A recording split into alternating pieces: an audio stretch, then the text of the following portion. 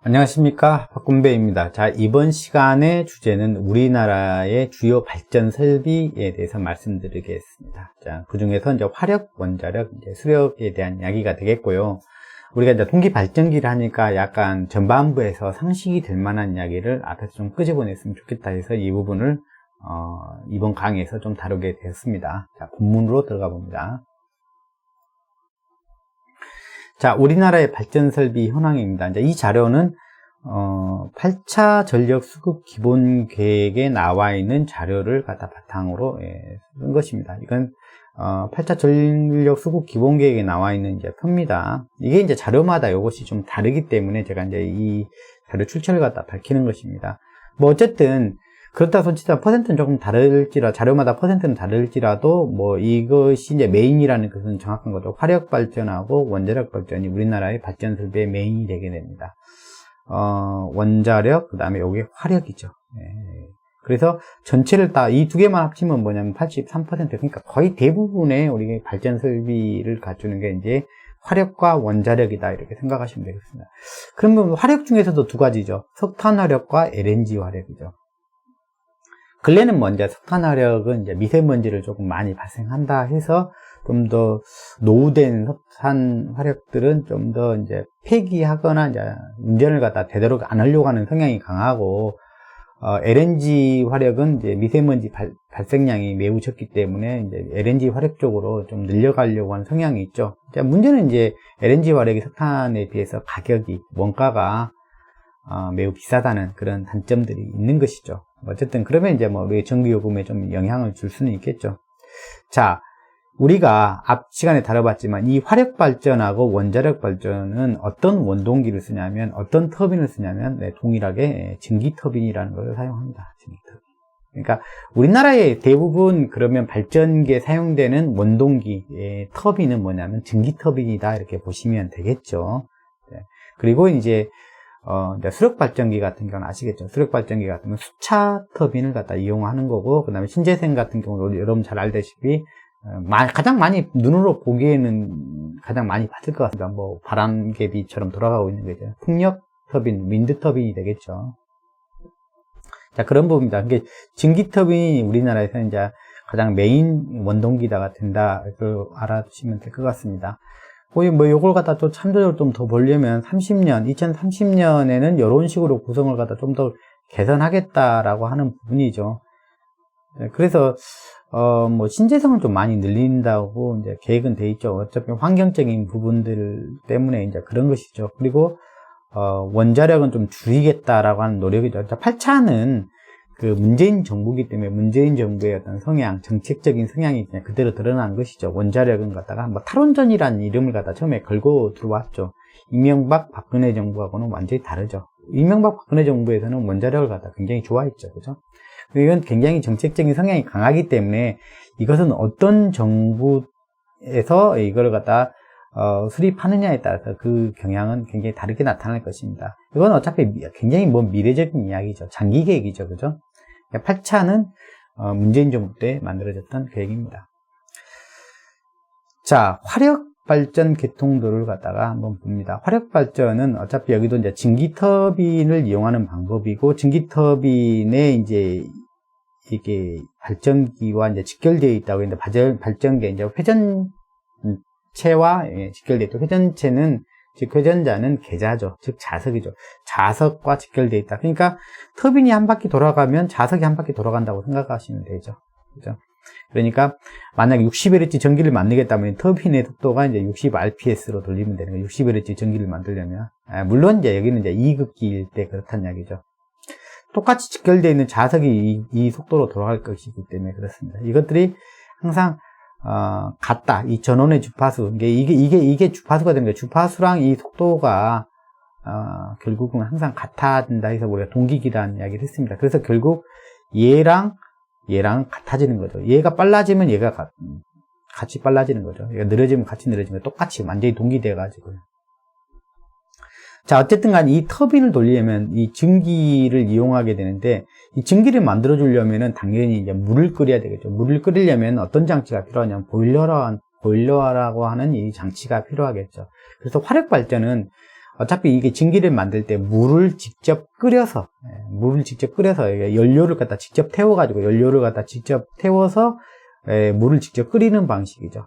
물을 직접 끓이는 방식. 그리고 이 연료를 갖다가 무슨 연료를 사용할 거냐에 따라서 이제 우리가 화력 발전도 무슨 이제 석탄 화력이니 석탄 화력은 연료로서 이제 석탄을 때운다는 이야기고, LNG 화력이니 그것은 LNG를 갖다 떼서 이 물을 끓인다는 이야기가 되겠죠. 자, 그래서 이 들어오는 물을 지금 여기에서 보시면 여기가 지금 이렇게 되어 있는 그 색깔이 이렇게 완전히 칠해져 있는 이 부분은 물이라고 생각하면 돼. 액체 상태라고 보시면 되고, 이제 끓여져 가지고 요 뽀글뽀글 되어 있는 이게 거품이 있는 요렇게 보이는 이 부분은 기체, 즉 증기 상태라고 보시면 돼요.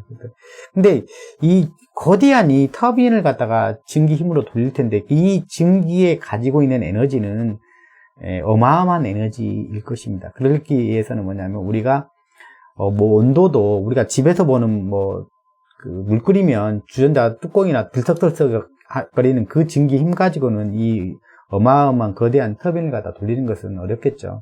그래서 그 증기에 더 큰 에너지를 가해주기 위해서 훨씬 더 큰 온도를 올립니다. 100도씨 증기가 아니죠. 증기를 갖다가 더 이게 과열기라는 걸 통해 가지고 더 가열을 합니다. 그러면 훨씬 더 에너지가 더 높은 증기가 돼요. 그래서 고온이죠. 100도씨 증기가 아니라 538도씨. 우리 표준화력에서는 요 정도 급이라고, 온도 한 요즘 538도씨. 그 다음에 기압도 되게 1기압이 아니고 몇 기압입니까? 246기압 정도 되는 거죠. 이 단위는 거의 약 1기압에 해당되는 값이기 때문에 246기압이라고 읽으셔도 돼요. 그러니까 우리 표준화력에서는 고온고압인 증기, 즉 어마어마한 에너지를 가지고 있는 증기를 갖다가 증기로 여기를 통과시키면서 일을 시키는 것이죠. 그래서 그렇게 되면 이제 우리가 일을 할 수 있는 부분이 생기죠. 그래서 이 증기를 갖다 일을 하고 나면 다시 응축시켜서 다시 이렇게 서큘레이션 시키는 그런 방식으로 우리가 이용을 하게 됩니다. 자, 요 방법대로 이용하는 것이 바로 화력 발전이라고 보시면 되겠습니다. 물을 연료를 직접 태워서 끓여서, 압력은 여기 급수 펌프를 통해 가지고 더 압력을 갖다 증가시켜 줄 수 있겠죠. 물의 온도는 여기서 조정한다고 생각하시면 될 것 같고요. 근데 여기서 응축하는 과정에서 되게 약 60%에 가까운 이 열 에너지의 60%는 아니지만, 대략 5% 정도를 할까요? 되게 큰 에너지 손실을 가져가게 돼요. 어차피 응축시키는 단계에서 이 냉각수가 통과돼서 응축되는 단계에서 그 에너지를 갖다가 엄청나게 크게 뺏어간다고 생각하시면 되죠. 그래서 우리가 화력발전소에서 얻을 수 있는 효율은 사이클을 갖다가 우리가 복합 사이클, 증기 터빈하고 가스 터빈하고 이렇게 복합화하는 그런 과정이 없이, 이제 그걸 갖다 우리가 복합 발전이라고 이야기를 하거든요. 그런 과정 없이 증기 터빈만 이용해서 우리가 발전하는 형식에 대해서는 연료율이, 이 열 에너지가, 이 발생된 연료를 떼서 발생된 열 에너지가 전기로 바뀌는 것이 거의 한 40% 정도 수준밖에 안 돼요, 실질적으로. 즉 한 60%에 해당한 것들이 손실로 작용하는 것이죠. 이제 그때 이제 대부분 여기서 손실이 작용하는 것인 거죠. 즉 복수기에서 응축하는 과정에서 되게 이제 열을 다 뺏어야지만이 증기가 다시 그 물로 바뀔 것입니다. 그래서 이렇게 해서 이제 사이클을 돌리다 보니까 이제 어쩔 수 없이 여기서 열 손실이 발생하는데, 여기서 조금 재밌는 게 큰 이 열 에너지를 갖다가 여기서 이렇게 손실로 다 뺏어가는 이유가 뭐냐. 왜 이렇게 40% 수준, 많아봐야 한 43.5%, 이 정도죠. 초임계압, 초초임계압, 이렇게 해가지고, 어쨌든 연료를 갖다 극대화 시켜봐야만 이 정도 수준인데, 여기서 대부분 뺏어가기 때문에 그렇거든요. 그러려면, 여기에서 안 뺏어가도록 하면 되지 않냐라고 하는데, 여기서 일을 시키기 위해서, 이 정도면 효율이 좋은 거예요. 예. 원자력 발전은 한 30% 한 초반 정도밖에 연료율이 안 나올 겁니다. 석탄화력 기준으로 본다면 한 40, 한 2%, 3%까지 가는 거죠. 예, 여기서 이 증기가 굉장히 강력한 스피드로 이걸 통과하게 해주려면 여기랑 소위 말하면 연락차가 커야 돼요. 연락차가 커야지만이 여기서 증기가 아주 가파른 속도로 빠져나가죠. 예를 들어서 우리가 높이가 한 1000m라고 합니다. 1000m. 여기 높이가 1000m고 또 여기 높이도 1000m예요. 둘 다 높이가 높죠. 그러다가 여기다가 다리를 갖다가 여기다가 수로를 갖다가 딱 파놨어요. 예, 슬로우를 갖다 놨어요. 그러면 여기에 물이 흘러갑니까? 아무리 둘 다가 여기도 높고 여기도 에너지 상태가 높다. 여기도 포텐셜이 높고 여기도 포텐셜이 높아요. 그러면 여기다가 물이 여기서 흘러갑니까? 안 흘러가죠. 물이 흘러가게 해주려면 한쪽은 낮아야 되죠. 한쪽은 낮아야 돼. 여기는 뭐 500m 이런 식으로 낮아져야 되죠. 낮아져야 뭐냐면 그만큼 물이 굉장히 가파르게 흘러나갈 수 있죠. 좀 빠르게 흐름이 생기죠. 즉, 이 일을 한다는 것은 기체를 흘려가지고, 유체를 흘려가고 일을 하게끔 하려면 굉장히 빠르게 지나가게 해줘야 되죠. 그죠? 여기서 지금 이 날개차를 갖다 돌려야 되는, 터빈한 날개차를 돌려줘야 되는데, 그 흘러가는 유체가 거의 아주 느리게 간다 그러면 거의 일을 못 한다는 이야기죠. 근데 일하게 해주려면 여기랑 낙차를 크게 해줘요. 여기서는 말하면 연락차, 그 다음에 연락차를 크게 해주면 뭐냐면 진공도의 차이가 납니다. 그래서 여기는 고압이 되고 여기는 저압이 됩니다. 여기를 차갑게 해주면 여기는 저압이 되고 상대적으로 저압이 되고 여기는 고압이 됩니다. 여기는 고압이고 여기는 저압. 여기는 고온이고 여기는 저온. 이게 저온으로 만들어주면 여기는 이 연락차에 의해서 굉장히 빠른 유체의 흐름이 나타난다. 그렇게 해주기 위해서 여기에 냉각을 해준다고 생각하시면 되겠습니다. 냉각을 해주면 온도가 낮은 만큼 여기는 진공도가 올라가고 여기는 뭐냐면 압력이 높은 쪽이죠. 그러니까 압력차가 커지니까 결국 굉장히 빠른 유체의 흐름이 나와준다. 그렇게 해주지 않으면 여기서 일을 못해요. 여기서 어차피 일을 해야 되니까 터빈에서는 어차피 기계적인 일을 만들어줘야 되니까 이런 부분이 필요하다고 생각했더니 이 부분이 반드시 여기서는 필요하게 된다는 이야기죠. 무슨 뜻인지 아시겠죠? 이 열 손실이 크게 된 이유는 뭐냐면 복수기 때문에. 그런데 이건 어쩔 수 없는 거예요. 여기서 일을 시켜주기 위해서 이 두 군데에서 연락차를 만들어줘야 된다. 연락차. 그럼 여기 고온부라면 여기는 저온부가 돼야 된다. 저온부가 되려면은 유체 쪽에서는 굉장히 그 냉각수를 사용해가지고 그래서 어마어마한 양의 이 냉각수를 얻기 위해서 우리가 강가나 그 다음에 바닷가로 오게 된 것이죠. 자, 그걸 우리가 좀 잘 알아두셨으면 좋겠습니다. 자, 그 다음에 화력발전소 개통도를 좀 더 자세하게 본 것이죠. 여기는 좀 미분탄 연소 방식에 관련되어 있는 거죠. 이쪽이 이제 가장 큰 보일러실이 되겠고, 그 다음에 이쪽이 이제 터빈도 고압, 중압, 그 다음 저압 터빈, 그 다음에 이렇게 발전기가 여기 있고, 그 다음에 이렇게 있죠. 그래서 미분탄 연소 방식 같은 경우는 주로 이제 바닷가에 놓는 이유가 이제 어마어마한 냉각수, 복수기에 사용할 냉각수도 냉각수지만, 그 다음에 이 어마어마한 연료를 갖다가 여기다 수송하는데 바닷가에 있으면 편하지 않습니까? 그래서 연료를 갖다가 여기다 하역한 다음에 급탄기를 통해서 들어와서 우리가 사용하는 게 미분탄 연소 방식이라고 해서 그 고체 연료를 갖다 그냥 그대로 바로 쓰는 게 아니라 약간 잘게 갈아요. 잘게 갈아야 이제 우리가 뭐냐면 열 효율이 좋다고 그래요. 연소 효율이 좋다고 그래요. 그래서 미분기로 갈아가지고 압입 송풍기라는 걸 통해 가지고 쭉 빨아당기죠. 이쪽으로 빨아당겨가지고 연소가 잘 되려면은 이게 가연물이죠. 가연물이죠. 가연물도 있어야 되고 그 다음에 뭣도 있어야 돼요? 산소도 있어야 되죠. 산소를 직접 공급하는 게 아니라 이제 연소용 공기 중에 어차피 산소가 있으니까 연소용 공기를 갖다 빨아들이고 연료를 이렇게 빨아들인 상태에서 우리가 연소를 시킵니다. 근데 그때 이제 보면 공기 예열기라고 하는 게 있는데 이제 이 연소용 공기도 미리 이제 공기가 좀 더 데펴져 있으면 이제 연료율이 좀 더 좋아지는 부분이 있죠. 그래서 약간 공기 예열기라고 하는 부분 빠져나가는 열도 굉장히 뜨겁거든요. 그 열을 이용해서 이제 데피는 부분이죠. 그러면 이제 연료율이 좀 향상되는 그런 부분들이 있습니다. 그리고 이제 외부에서 이제 물이 들어오면 이걸 갖다 끓여서 이제 증기로 만드는 부분입니다. 그리고 나서 이 기체 부분은 이렇게 쭉 통과해가지고 여기서 이제 굴뚝으로 나가고 이제 공기 집진기를 통해가지고 대부분 전기 집진기를 사용하죠. 대부분 여기서 잡아내고 나머지는 이제 굴뚝으로 빠져나간다 이렇게 보시면 되겠습니다. 물은 이렇게 아까처럼 이렇게 수문 안에서 이렇게 데펴진 다음에 여기가 이제 이거 과열을 통해 가지고 조금 더 그 히팅이 되죠. 아까 530 몇 도까지도 히팅이 되고요.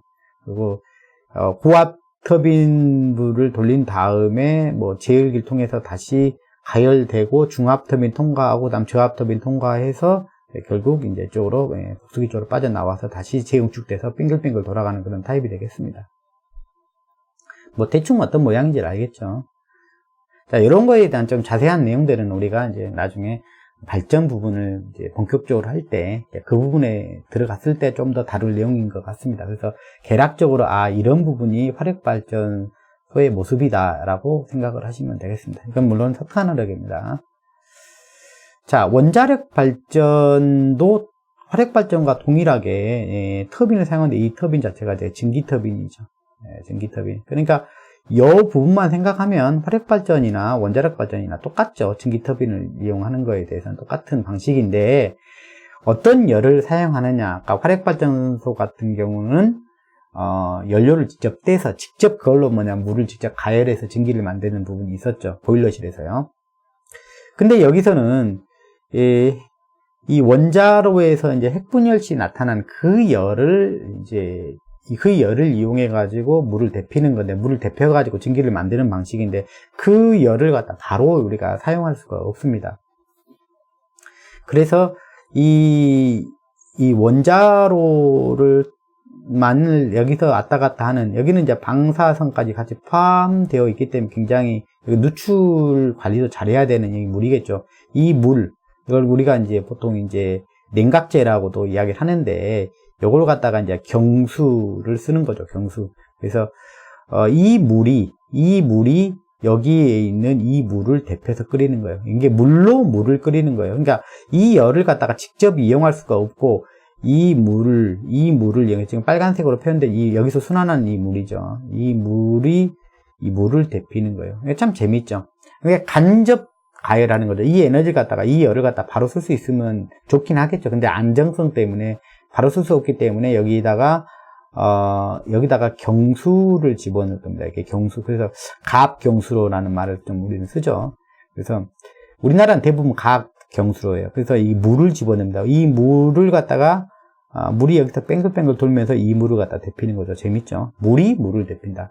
이제 물이 물을 데피려면 우리가 사용하는 물은 100도씨 물이죠. 100도씨 물로 우리가 이게 전기를 만들려면 100도씨 물로서는 물을 끓일 수가 없죠. 사실은 여기에 만약에 100도씨면은, 그래서 물인 상태, 액체 상태를 갖다가 유지를 할 수 있는 온도가 우리 일기압에서는 100도씨예요. 그래서 100도씨 물로서는 100도씨의 전기를 만들 수가 없어요. 그래서 하는 방법이 뭐냐면 여기 있는 빨간색, 여기에 있는 경로에 있는 물은 갖다가 가압이라는 걸 하게 됩니다. 그래서 우리가 뭐라고 부르냐면 가압 경수로 방식이라고 부르죠. 월성 원전을 빼고는 나머지는 다 가압 경수로 방식이라고 이야기합니다. 가압 중수로 방식도 있고요.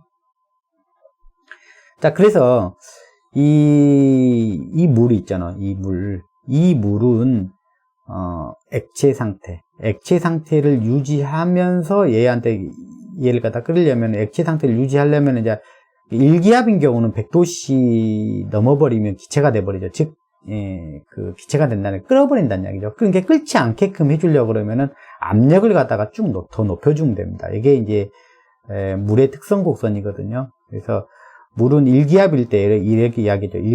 우리 일기압일 때 0도씨 이하로 떨어지면 우리가 얼음이 되고, 그 다음에 0도에서 100도씨 사이가 액체 상태이죠. 그리고 나서 100도씨를 넘어가게 되면 증기가 되죠. 즉 기체 상태가 되죠.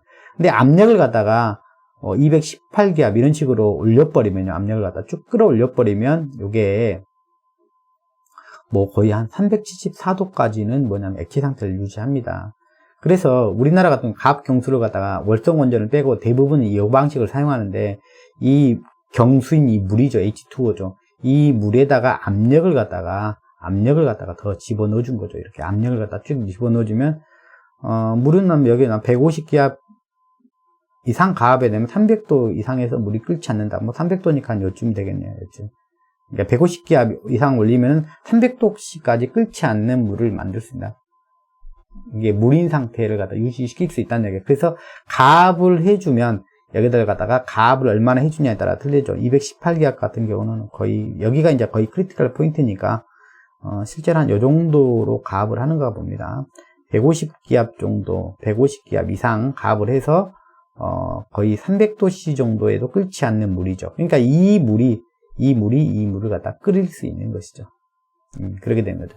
그래서 이 간접적으로 원자로 내에서 핵분열시 발생하는 그 열을 갖다가 간접적으로 얘를 갖다 데피는 거죠. 직접 이용하는 게 아니라. 화력 같은 경우는 직접 그 연료를 갖다가 태운 그 열을 갖다 직접 물을 데피는 데 사용하죠. 그러다 보니까 아마도 효율의 차이는 좀 존재할 것입니다. 그래서 석탄 화력 같은 경우, 일반 화력 같은 경우는 증기 터빈을 걸었을 때 효율이 초초 임기압 이렇게 하게 되면 43%대까지도 효율이 나온다고 이야기를 하고, 얘들 같은 경우는 원자력 같은 경우는 한 30% 초반 정도의 아마 연료율이 나온다고 저는 알고 있습니다. 그러니까 간접적으로 이 열을 갖다가 사용하기 때문에 이런 효율의 차이가 존재한다, 이렇게 보시면 되겠습니다. 자, 그 다음에 수력발전 계통들은, 수력발전 같은 경우 우리나라 같은 경우는 대부분 전 시간에 잠깐 설명을 했지만 이렇게 그 버킷 같은 데다가 직접 노즐로 직접 쏴가지고 이걸 때려서 이 버킷을 갖다 때려가지고 이렇게 돌리는 그런 타입, 이걸 갖다가 우리가 충동수차라고 이야기를 하고, 그 다음에 여기가 이런 방식은 대부분 이제 프란시스형이라고 보시면 돼요. 프란시스형이라고 보시면 되는데, 물이 아주 그냥 가득 채워져 있죠. 아예 그냥 가득 채워져 있는 상태에서 물이 이 날개차를 갖다가 통과하면서 통과하면서 이렇게 밀면서 나가는 그런 스타일을 밀면서, 그게 반동수차라고 이야기하죠. 우리가 바람개비 같은 것들이 돌아갈 때 보면 바람이 이 날개를 때려가지고 돌아간다기보다는 바람이 그 날개 부분을 지나가면서 그 날개를 갖다 밀면서 그 반동력에 의해서 돌아간다는 표현이 맞아요. 때리는 표현보다. 그죠? 그래서 대부분의 수차, 우리나라에 사용하는 대부분 수차는 이런 형의 수차라고 보시면 돼요. 우리나라에 한 군데 정도가 이런 스타일을 쓴다고 합니다. 충동수차 스타일. 이렇게 고낙차. 이거는 이제 고낙차에 적용하는 스타일이라고 이야기를 하고, 충동수차는 펠톤 수차라고 이야기를 하죠. 이거는 중낙차에서부터 저낙차까지. 예. 우리나라는 이제 그렇게 지형으로 따지면 고낙차 지형이 거의 없다고 이야기를 해요. 그래서 중낙차에서 저낙차까지 폭넓은 범위에서 쓸 수 있는 형태, 보통 프란시스 수차라고 이야기하고, 그런 펠톤 수차라고 해요. 펠톤, 여기는 프란시스. 나머지는 이제 이런 수차의 좀 아류들이다, 이렇게 생각하면 되죠. 아류작들. 그래서 이제 이런 부분들은 이제 이해가 되시죠.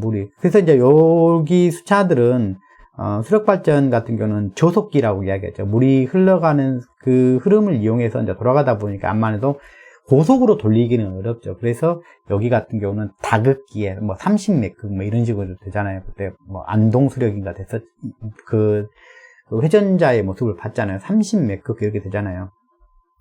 그만큼 여기는 고속으로 돌릴 수 있는 스타일이 아니죠. 그래서 여기는 보통 돌극기의 다극기 형태를 주로 이제 쓰게 된다라고 보시면 되겠습니다. 어차피 우리가 개통해서 사용하려는 주파수는 우리는 단일 개통이기 때문에 다 똑같이 60Hz 그러니까 60Hz라는 것은 우리가 고정이 되잖아요. 그죠? P분의 120F. 요것은 거의 고정이 되니까 얼마의 속도를 갖다 여기를 갖다가 돌릴 것이냐, 터빈의 속도를 얼마로 돌릴 것이냐라는 것은 얘가 고정이 됐으니까 얘가 돌릴 수 있는 능력치가 있을 거 아니에요. 능력치가 결정되면 그 극수를 갖다 결정한다고 보시면 돼요. 그러니까 얘가 느리다 그러면 얘를 갖다 끌어올릴 수, 극수를 늘릴 수밖에 없는 거죠. 고속기다, 얘를 갖다 굉장히 빨리 돌릴 수 있다 그러면은 극수를 갖다 대단히 낮춰도 되는 거죠. 그래서 고속기는 이제 2극기, 4극기 그 정도까지를 우리가 고속기라고 이야기를 하죠.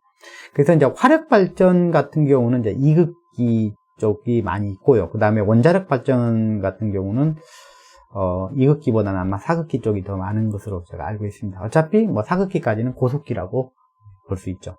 자, 이번 시간에는 우리나라의 주요 발전 설비에 대해서 이야기를 해봤습니다. 주요 발전 설비는 화력하고 이제 원자력 발전이 됐을 텐데, 화력은 이제 크게 이제 우리가 석탄 화력, LNG 화력 이제 이렇게 이야기를 하고 있습니다. 그리고 이제 원자력이 있습니다. 이 세 가지가 우리나라의 주력이죠. 그래서 동기 발전기, 즉 우리 전력계통 관점에서 바라보면 증기 터빈이 가장 주요한 전력계통의 그 중요한 부분으로 작용한다라고 보시면 되죠. 그래서 여러분들이 증기 터빈에 대해서 조금 다른 형식보다는 증기 터빈에 대해서 조금 더 많은 상식을 쌓으면 좋을 것 같습니다. 네, 오늘은 여기까지 이야기하도록 하겠습니다. 감사합니다.